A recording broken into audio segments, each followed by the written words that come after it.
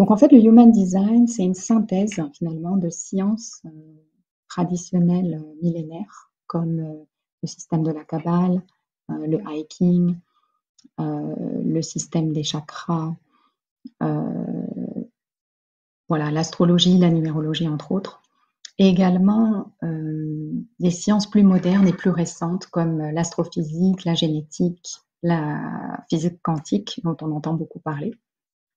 Et en fait, cet outil, qui est le Human Design ou Design humain en français, donc a été créé par une personne qui s'appelle Robert Alan Krakauer, pardon, mais qui est plus connu sous le nom de Ra-Uru-Hu.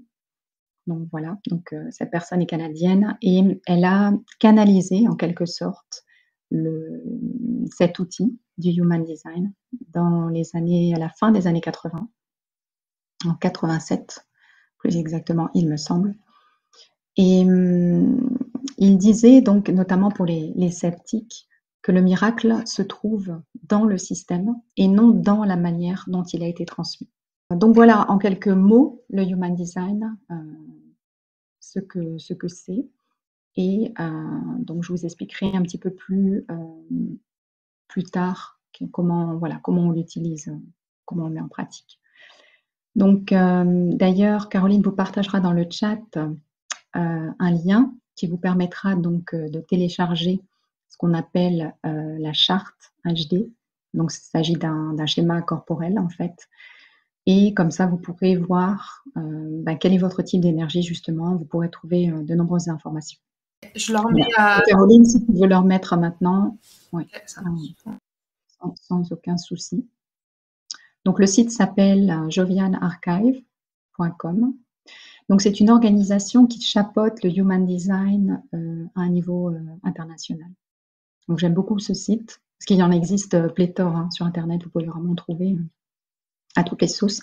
Mais moi j'utilise uniquement celui-ci. Je le trouve très clair, très bien. Donc pour remplir cette charte, vous aurez besoin de connaître votre date, heure et lieu de naissance. Voilà, c'est important. C'est important que l'heure soit vraiment précise, du coup. Alors, c'est important d'avoir l'heure. Maintenant, si vous n'êtes pas sûr à quelques minutes près, c'est pas trop gênant. Après, si vous n'êtes pas du tout sûr, il vaut mieux quand même vérifier. D'accord. Voilà. Donc comme ça, déjà, vous pouvez aller sur le site et si vous rentrez les informations, si vous les connaissez, vous pouvez les remplir d'ores et déjà. Comme ça, vous pouvez avoir votre type d'énergie. Alors, tu as Valérie qui est générateur. Super. Elle dit protecteur, mais non, c'est projecteur. Non, c'est projecteur.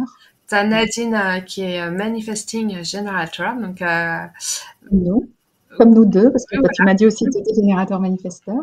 C'est ça. Et il y en a un quatrième type. Il y a projecteur, générateur, générateur manifesteur. Et il y en a un quatrième. Je sais plus ce que c'est. Il y en a 5 en tout, en fait. Il y en a 5. Il y a le manifesteur, il y a le générateur. Après, bon, on peut dire certaines écoles prêchent 4 types. Et moi, personnellement, j'aime faire un distinguo entre le générateur et le générateur manifesteur. Mais il y en a qui rattachent le générateur manifesteur au générateur. Et ensuite, il y a le projecteur et le réflecteur. Ok. Donc, pour ma part, j'ai découvert en fait le Human Design il y a environ 2 ans, un peu plus de 2 ans. Et ça a été vraiment en fait un déclic pour moi. Parce que le HD, comme j'aime l'appeler, est un puissant accélérateur de conscience, de prise de conscience en fait. Donc c'est vrai que j'avais déjà beaucoup d'outils de pratique, hein, je veux dire d'outils que j'utilise dans ma pratique qui me permettent encore aujourd'hui d'avoir quand même de façon assez précise une bonne connaissance de moi-même, de qui je suis. Mais le Human Design a vraiment poussé d'un cran cette connaissance de soi et ça m'a vraiment permis d'accéder à une compréhension en fait plus holistique de ma vraie nature, de mon type d'énergie, de ma façon de fonctionner, de ma vision du monde, etc. Donc ça a été vraiment un déclic et en fait on peut dire que c'est un coup de foudre en fait Donc il y a beaucoup de pratiques que j'utilise, il y en a beaucoup que j'aime, mais c'est vrai que le HD a été vraiment un coup de foudre parce que ça m'a tellement parlé, ça a tellement résonné, ça a été tellement vibrant, tellement puissant que j'ai vraiment dévoré tous les apprentissages, je me suis formée et je me forme toujours, hein, parce qu'il y a énormément, de choses à apprendre et à connaître à propos du Human Design. Et ce que j'avais vraiment envie de partager avec vous ce soir, c'est que, ce qui a été, important et déterminant pour moi, c'est que ça m'a vraiment permis de comprendre, en fait, la raison de toutes les difficultés, de toutes les limitations, les échecs, en fait, que j'avais rencontrés jusqu'alors, sans en comprendre le sens, en fait.